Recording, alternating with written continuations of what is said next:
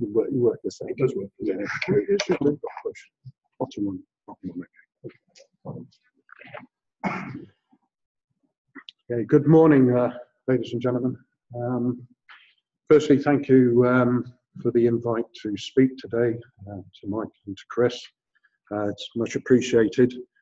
And to Hilary, who persuaded me on the phone to volunteer.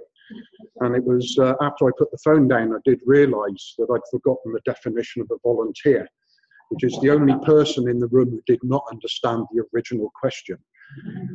Anyway, I'm just going to run through basically what we do in Vattenfall in our Marine Operations Department. I know some of you have been involved with the wind industry, but I do get a lot of questions about how we operate and what the component parts are. So I'm just going to run through a little bit of wind turbine terminology. I'm sorry if you've heard it all before, but please bear with me. I'm then going to look at some installation operations and the marine assets. Generation, which is after the installation and then the ongoing procedure for the next 20-25 years. And then what we as a power utility, because at the end of the day, that's what we are, a power utility with a marine operations department sort of bolted on. What we would like from you, the IMCA surveyors or AVIs. So the Marine Operations Department. Well, what we do now is we advise on the chartering of hire of vessels across all our sites and projects. When I say sites and projects, a project is a construction installation and a site is a generation phase. So that's when we're generating the electricity. We help these sites and projects identify the various vessels they need, how suitable they are, and that's an important term, suitability. So we are looking at this as well, particularly in relation to the scope of work. We all are responsible for the technical inspections of all our marine vessels right the way across the wind farm life cycle. So that actually starts very early on, as you'll see in the next few slides. What we're trying to do now is provide a standard approach for our vessel selection and what I call a suitable technical due diligence. We have financial due diligence. Well, this is a technical due diligence, and I think that's fundamentally important in everything we do. We do have our own little body involved here, which is the G9+. For those of you who don't know it, it's a group of people that have got together from various wind farm companies and operators and what have you. And they are defining as a lead body almost, how we should do operations offshore. And it was interesting that they came up in 2015, we haven't seen the 16 results yet, they came up with a number of incidents, and there were 70 lifting operations, 62 incidents relating to operation of plant and machinery. But the most important one was 157 incidents relating to marine operations. 157. In Vattenfall, over the last few years, people were doing the right thing or trying to do the right thing. We were doing inspections on a sort of ad hoc basis. They were not necessarily completed by competent persons. They were people competent in the way of AVIs that have been approved and have demonstrated clearly they are able to do the actual work. In the last 5 years, since I've been in the company, and certainly in the last 2, we've done a lot more IMCA inspections, both the eCMID for the large vessels and the small workboat inspections. Some of these were done internally for one reason or another, and of course we aren't fully independent, which is not ideal by any means, but it's the way we had to do it. AVIs were starting off then and just beginning to get going. In 2013, I was passed the torch to set up a marine operations department in full and run marine operations right the way across Europe in all our wind farms, which is several countries now, so it's quite a wide remit with all different rules and regulations. In the last 2 to 3 years, our policy, or the policy I set, was to use independent companies, independent surveying companies, which we set up agreements with. And of course, they weren't AVIs at the time, but are now rapidly becoming so.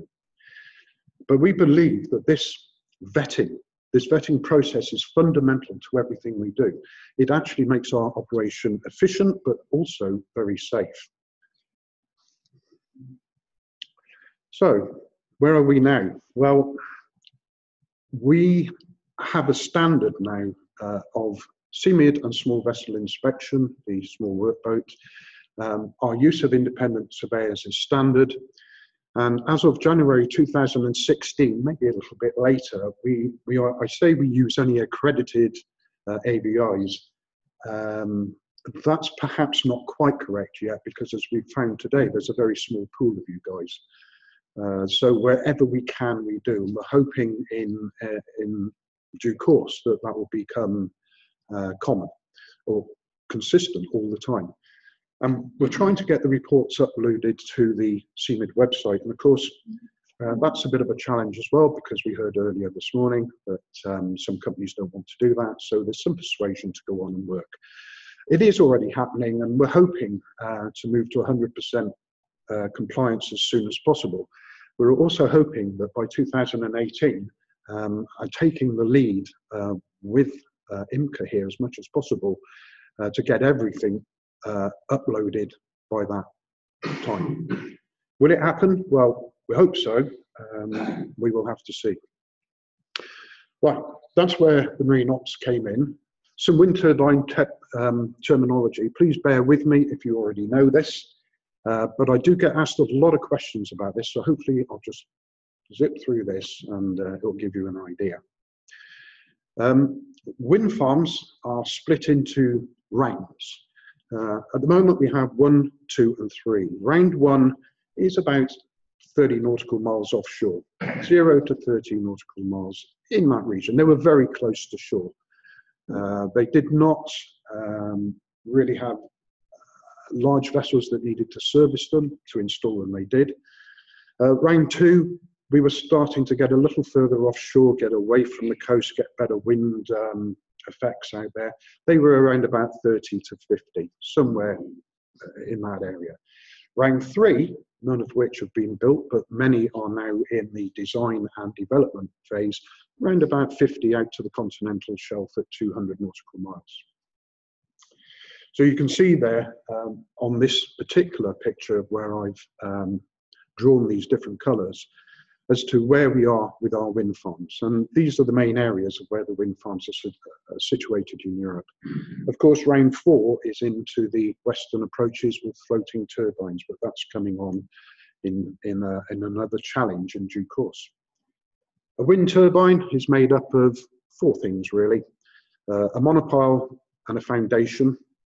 That's what's holding it into the ground. A transition piece, which, as you can see there on the right side, the size of this transition piece, that's quite simply just so we can put the tower on top on which we put the wind turbine, which is the equipment at the top end.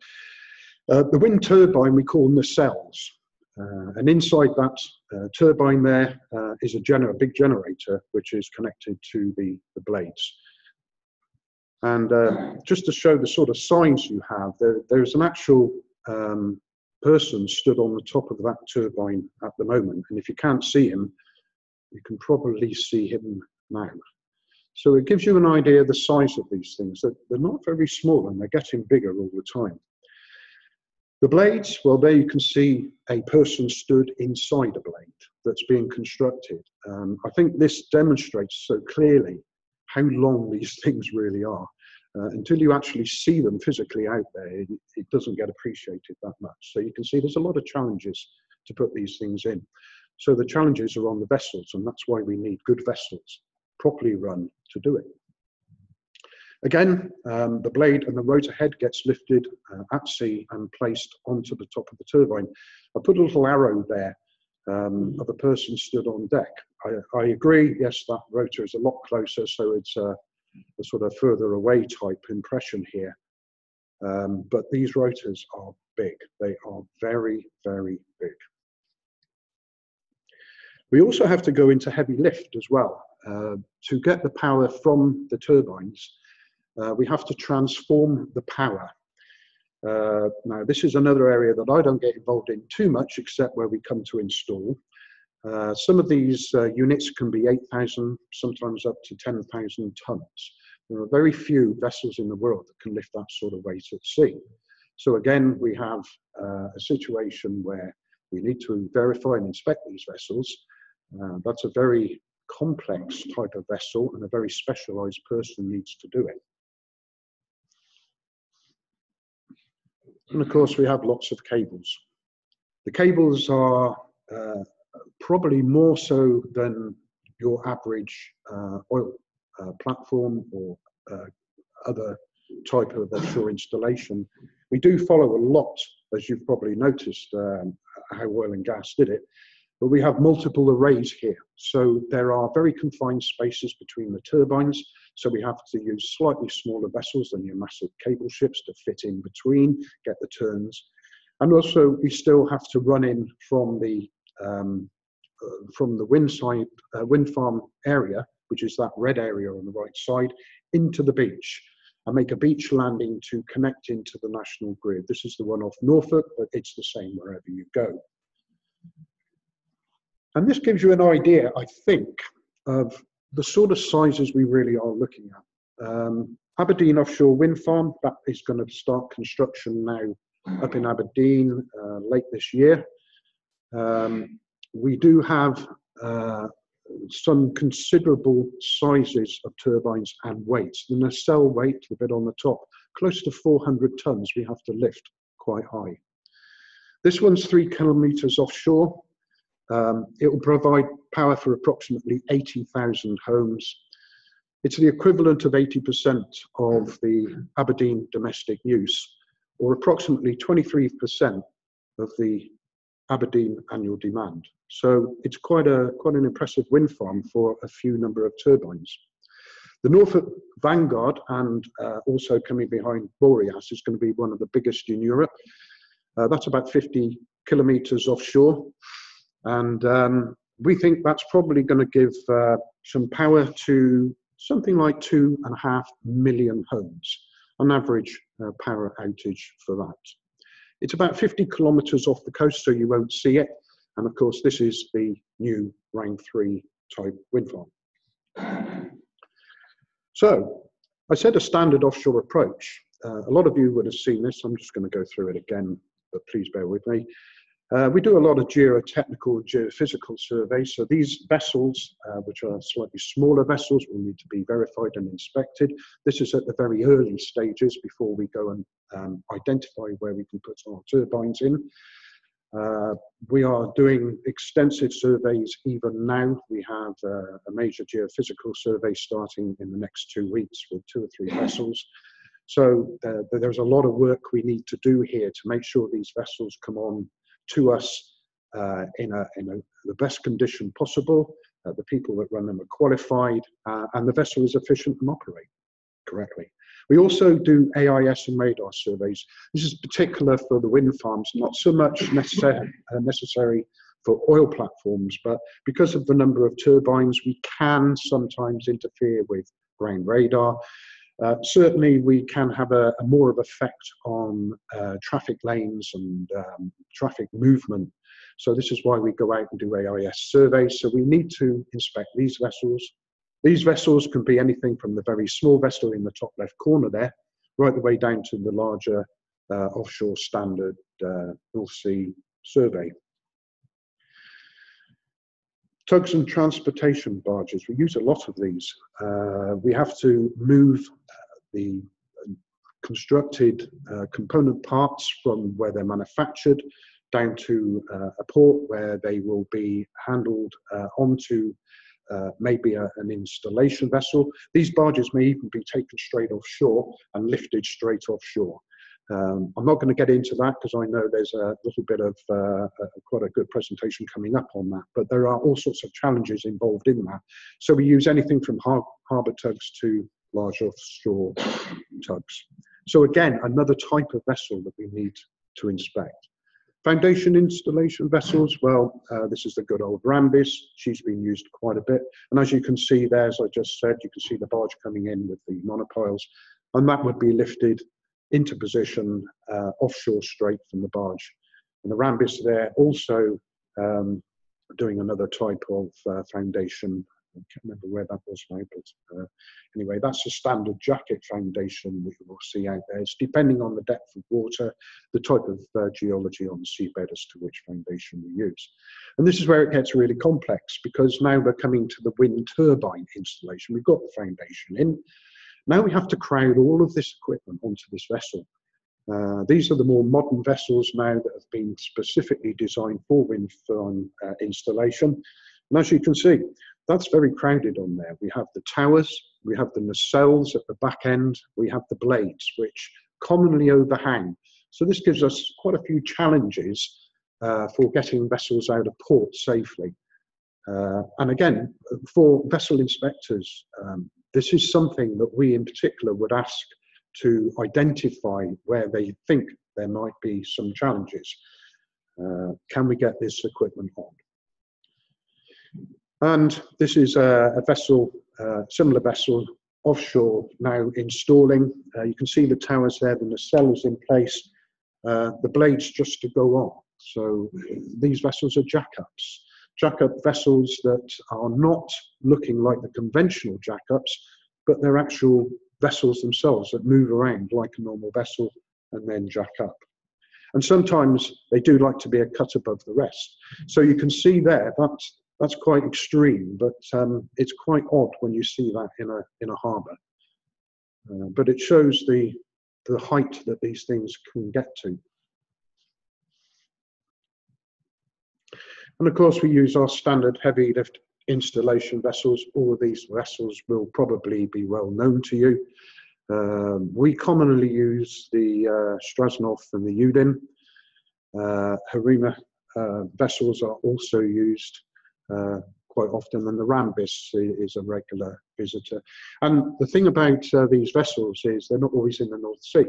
So a lot of our inspections are done in the North Sea, but we will be asking people from Singapore or Australia to do these inspections simply because these vessels are booked well in advance. So they may not be with us here in Europe. So it might be possible that I would have to phone a company in Singapore, can you go and look at this vessel for us? So this is not just a European operation, it's a worldwide operation for us.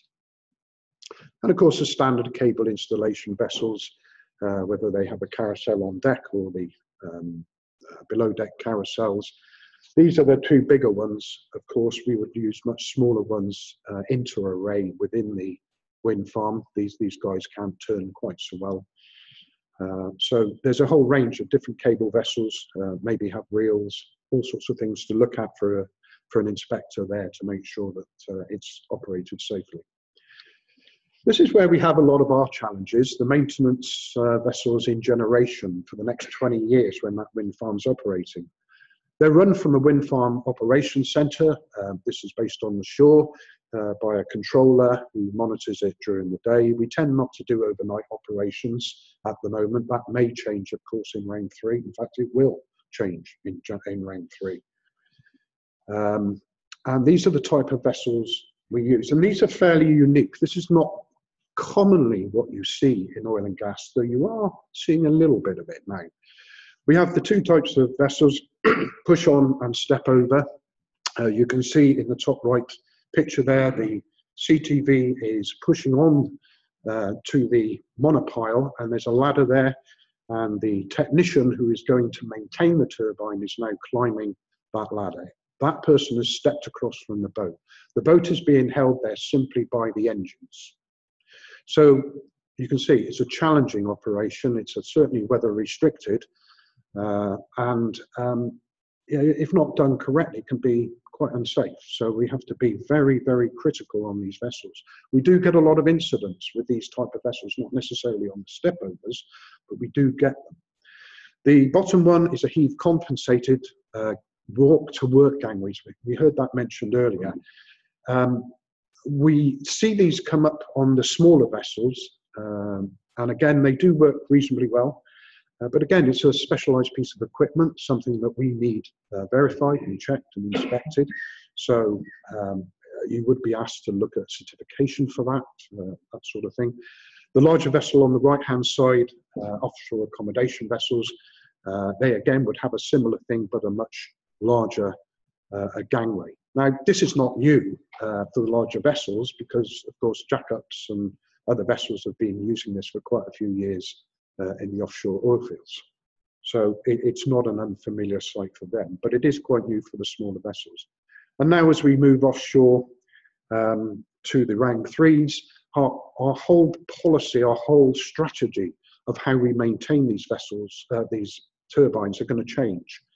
And we're probably going to have to put motherships out there, or offshore service vessels as we call them, and they will have daughter craft, as you can see there. And this is one of the latest ones just coming off the line, the Windia Leibnitz. She is using a daughter craft concept. This is launched by a single davit arm, and again, we have challenges here because we have crew that still have to launch at sea. So we heard the lifeboat issue mentioned. There's another thing we've got to concern ourselves with. And we don't put the technicians in at this point. The technicians are picked up by a boat landing, which is built into the ship's side, very much like the tower on the turbine. But again, another set of new challenges coming up. These are the new technologies that are evolving, and why really that we really have to keep very much up on everything that we're doing here. So what do we need as a power utility from you guys? Well, I'm sitting there asking for these inspection surveys to be done. Our sites are in weather exposed locations. They have to be because we're looking for wind. So, you know, they are going to be in all sorts of weathers. So water integrity and the rest of it is fundamentally important to us for obvious reasons. And you'd be surprised, I know I say that and it would be obvious, but quite often we do find that there are problems there. We've got multiple vessels of all types coming on and off charter at all different times, some of them very quickly. A spot charter was mentioned. We have a problem with that. We sometimes have to instigate an inspection probably within 24 hours. I fully appreciate the challenge that gives you as AVIs. So whatever we try and do, we try and fit in as much as possible with you, but also the other company. We have a duty of care to them as well, because we just can't walk on board and demand to do this. So we have to work around them. Big problem for us, but we have to get around it. We're transporting a lot of personnel, not necessarily marine experience. That happens in oil and gas, but we are doing personnel transfers at sea as well. So there's an added little issue there that we have to be aware of, all of us. We have different levels of principal contractor offshore experience. That's right across the board. And that's not an issue for us. And we try and help everybody as much as possible. We do realise that not everybody is fully familiar with what is a relatively new industry. And we haven't been going that long. And we have multiple operations ongoing, as most people do, but we really do have a lot of vessels in one place at one time, all of which have to interface with one another. And so that's an important part of the inspection process. Do they understand the communications? Do they work? All of this sort of thing has to be looked at very carefully. So what we're looking for is this: safety and regulatory. Most of that can be done to a point before you even get there. The vessel certification can be verified on your desktop before you leave the office.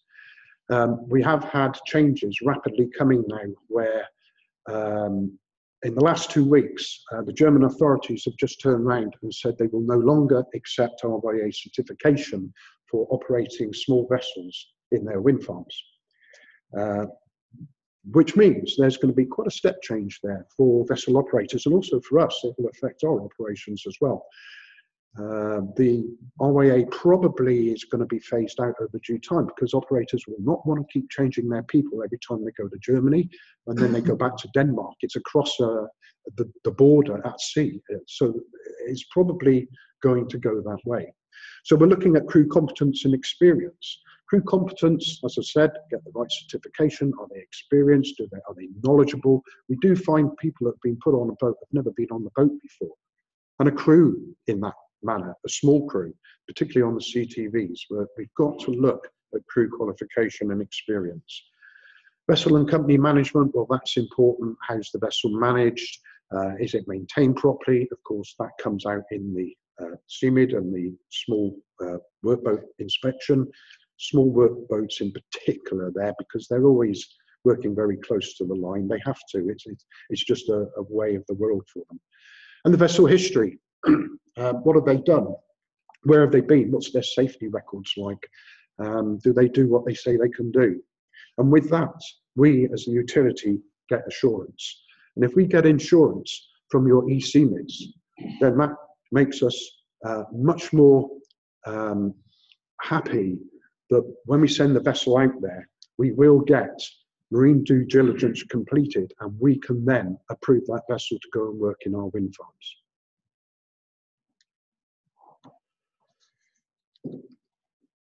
But the most important part is you. For us, it's you guys. Your open-minded assessments, your knowledge and your expertise of all these different vessel types means that we can have the confidence that the vessels we send out there are safe to operate and efficient to operate. And we believe, and I believe, that the IMCA survey system is critical and fundamental process, and it provides us all with the assurance that the marine offshore activities we do will be safe, will be effective, and will certainly be efficient. Thank you.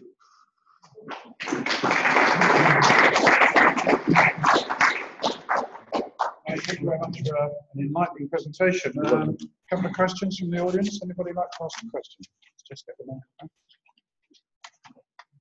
Yeah, Mike, you say that will the eCMID cover all your requests or expectations? I did hear that you mentioned there that you would advise an inspector to maybe look at some other things which then takes you into a suitability survey rather than an eCMID.